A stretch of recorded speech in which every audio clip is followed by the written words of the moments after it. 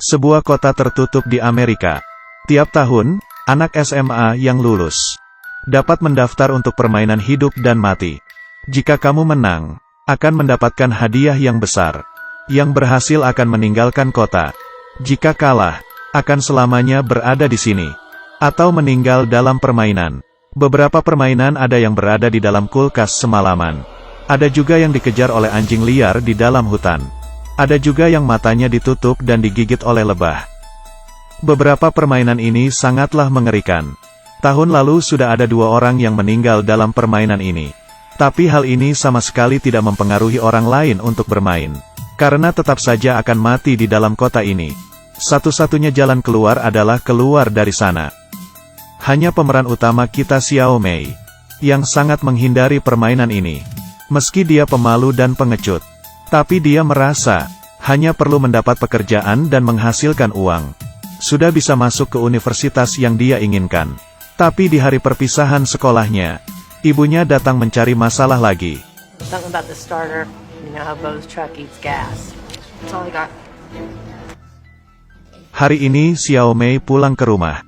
Menemukan uang yang ditabung untuk kuliah. Dicuri semua oleh ibunya. Dia berlari menanyai ibunya.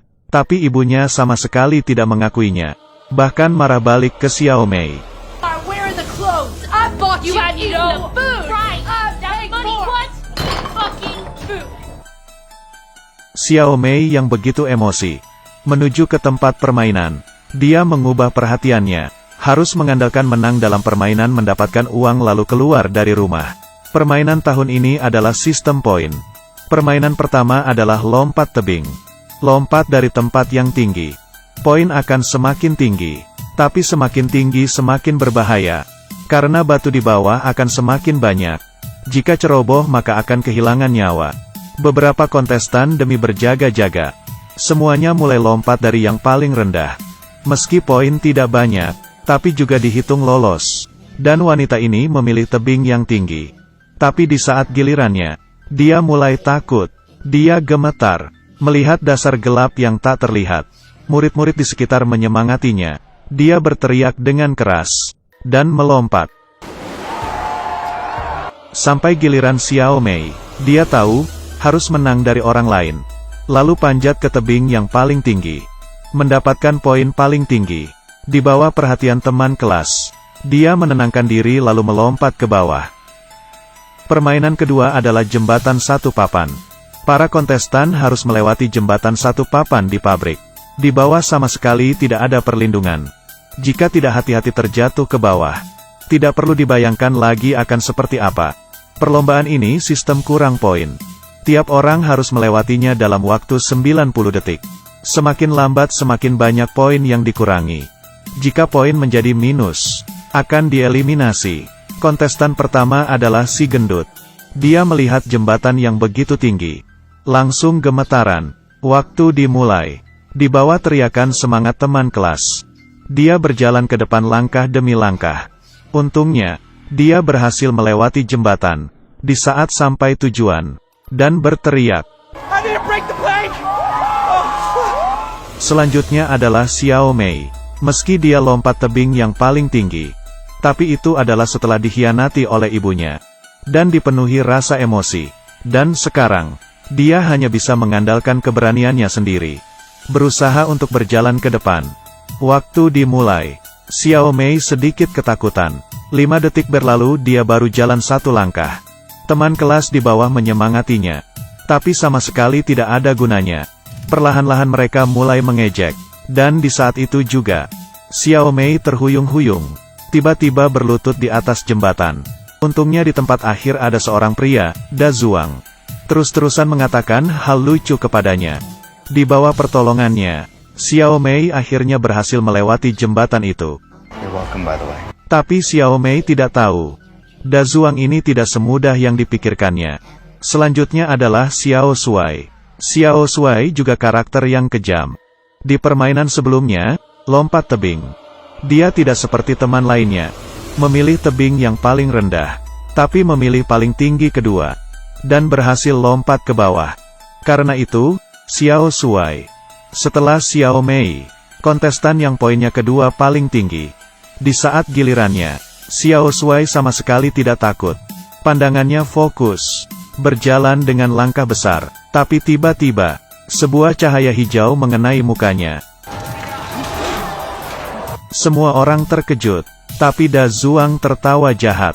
Karena cahaya itu dia yang mengarahkannya. Da Zhuang jahat dan licik. Iri dengan poin Xiao Mei dan Xiao Shuai. Dia ingin menjatuhkan lawannya, dan mendapatkan kemenangan. Tapi hal ini sama sekali tidak menghalangi Xiao Shuai. Dia menggunakan satu tangannya meraih jembatan, dan mengangkat badannya. Semua teman di sekitar memberinya tepuk tangan. Dan Xiao Shuai pun berhasil melewatinya. Mereka saling menggoda. Permainan ini sangat mudah, tapi tak disangka, perlombaan selanjutnya, mereka mungkin saja harus mengorbankan nyawanya. Permainan ketiga adalah petualangan pertanian. Para kontestan harus melewati ladang jagung, dan masuk ke dalam rumah petani. Mencuri barangnya, baru bisa mendapatkan poin. Jangan meremehkan permainan ini, karena di ladang jagung sudah dipenuhi perangkap. Kalau ceroboh, akan bisa seperti tikus, mendapatkan penderitaan. Xiao Mei, Gui Mi, dan Xiao Shuai berjalan bersama. Tapi terus berjalan, mereka menyadari, sepertinya tidak menemui jalan. Gui Mi mengidekan untuk berpisah. Xiao Mei juga sangat senang, tapi Gui Mi baru saja setengah jalan. Kembali lagi ke samping Xiao Shuai. Mengatakan dirinya takut gelap, ingin berjalan bersama dengannya. Dengan cepat Gui Mi dan Xiao Shuai datang ke rumah petani. Mereka dari awal sudah merencanakan. Gui Mi yang bertugas untuk mengalihkan perhatian si petani. Sedangkan Xiao Shuai yang masuk ke dalam rumah. Tapi di saat Xiao Shuai pergi, Gui Mi menyadari di bawah ada tali. Di saat yang bersamaan, dia mendengar ada kontestan lain yang datang.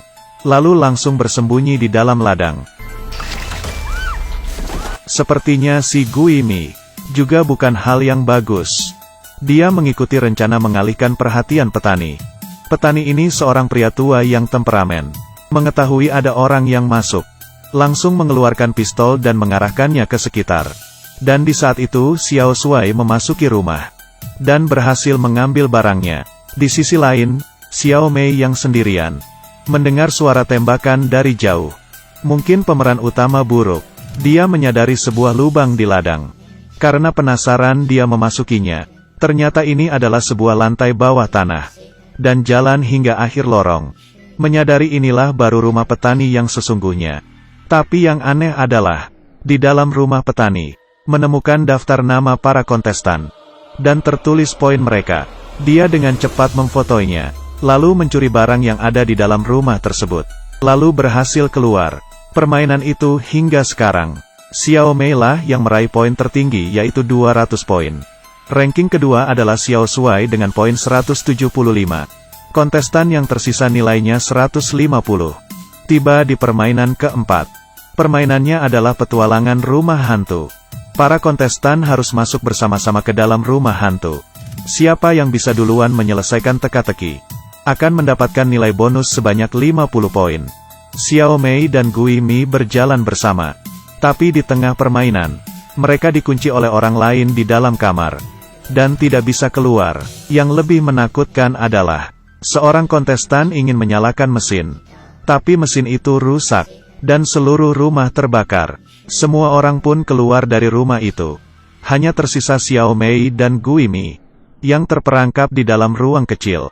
Di situasi kritis, Xiao Mei mengangkat Gui Mi, membiarkan dia keluar duluan melalui kaca jendela. Karena api terlalu besar, Gui Mi berkata ingin mencari orang lain untuk membantu. Lalu keluar duluan, meninggalkan Xiao Mei yang sendirian, terkurung di dalam ruang. Untungnya, Xiao Mei menggunakan kayu untuk mendobrak pintu, lalu keluar dari rumah itu. Terakhir mendapat bantuan. Ini adalah series terbaru Amerika. Panik. Satu series ada 10 episode. Setiap episode ada satu permainan. Pemenang terakhir. Apakah Xiao Shuai yang pemberani? Atau Gui Mi yang tidak tahu terima kasih? Atau pemeran utama si Xiao Mei? Kalau kamu ingin tahu jawabannya, ayo kita lanjutkan bersama-sama.